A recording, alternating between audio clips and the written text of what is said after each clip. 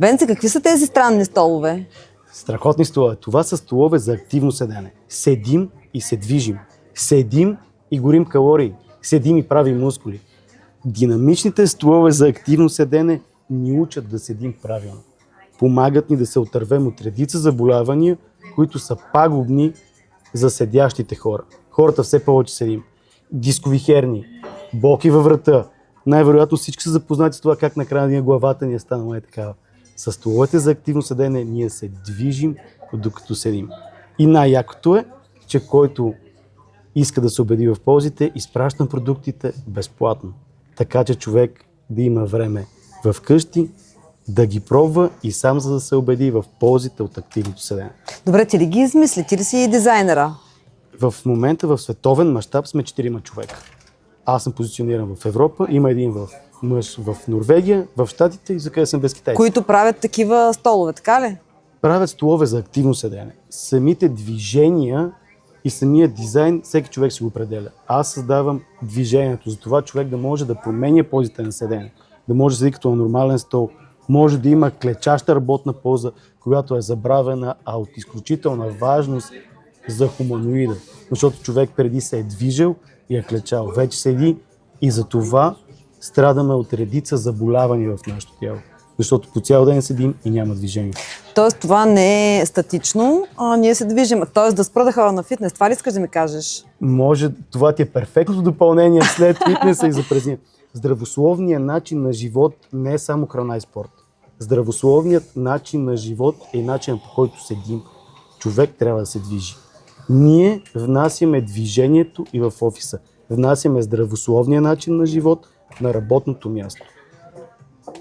Ползите са многобройни, защото всички знаем изречението движението е здраве. Ние се движим докато седим.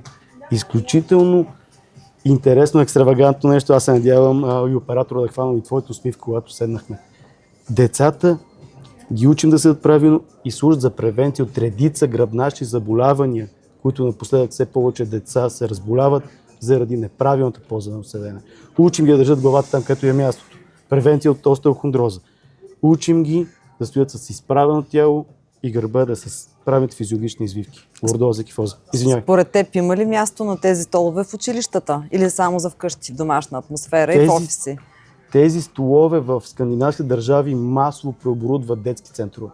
Преоборудват се административни сгради. Надявам се и на Балканите да разберем смисъл от това да се движим докато седим, защото в момента, миналата година, столовете бяха представени пред топ 10 световни терапевта. В НДК ги представих и те казаха да, столът помага. Представихме стола на Международен форум срещу сколиозата, който е специализиран за деца и гръбначни изкривявания. Светила в гръбначните заболявания казаха окей. Тази година ще направим и представянето на първият стол, който служи за корекция на гръбначния стълб, за да помогнем на родителите им при нелеката битка с заболяване като сколиозата. Какъв е интересът вече към тези столове? Интересът започва да се заражда, защото първото, което е, хората оценяват смисъл от движението и след втората седмица употреба те виждат реално разликата в това как седи тяхното дете, как седат те и как болките в тялото изчезват. Когато един стол, ще казах, че ги изпраща винаги за 2 дни безплатен преглед и тест. Когато един стол отиде в офиса или в нечий дом, обязателно повлича по себе си още продажби. Защото столът е създаден да помага. Продажби си имам. Идеята ми, целта ми не е това да продавам.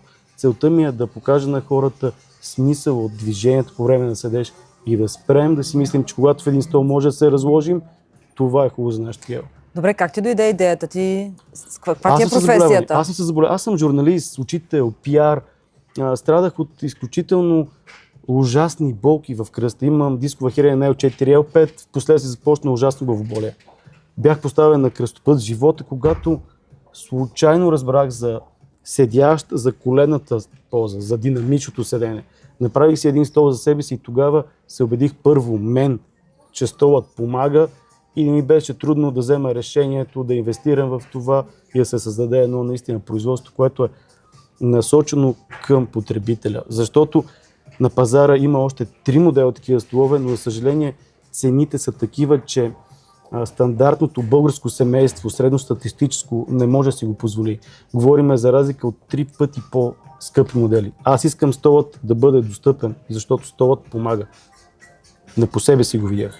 3 модела, които са вносни, не са от българи. Това е единствения от българин създаден, този модел. Точно така. Твоето послание към нашите зрители? Моето послание към всички зрители е: дръжте си главата там, където е мястото. В една равнина с раменете. И да кажа едно специално нещо на съпругата ми. Много те обичам, благодаря, че си до мен.